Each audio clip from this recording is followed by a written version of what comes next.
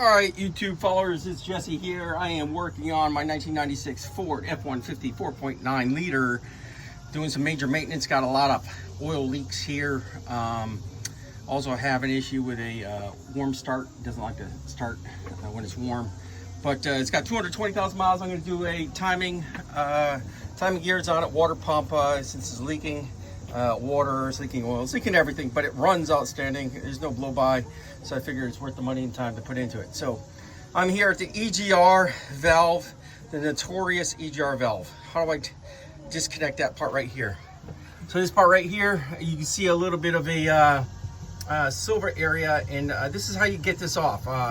If you ever run into this issue and you can't get this off, is because obviously you have to take that off in order to get this intake manifold off, or you release it from the bottom. Either way, it's a pain in the ass, is because that pipe right there is going right through the middle of the intake manifold, as you can see down there.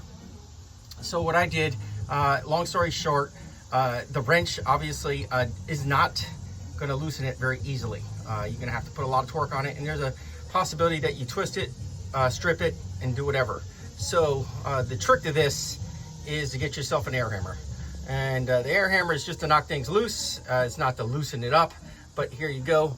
I'm going to turn this around, and what I have done is I get the Harbor Freight Chief, which is actually a pretty good air hammer. Put a little point on there, hit it about 4 or 5 times, and then go back to the wrench, and voila, it comes loose.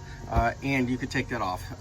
Big lifesaver right here is because if you're sitting there with a wrench, I'm telling you, you don't have a lot of room to put a lot of torque on it, and then the rust that's on there is going to be difficult to overcome. So there's your tech tip for the day for the 1996 F-150 4.9 liter fuel injected motor.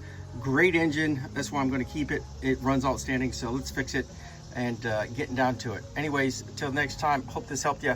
Goodbye.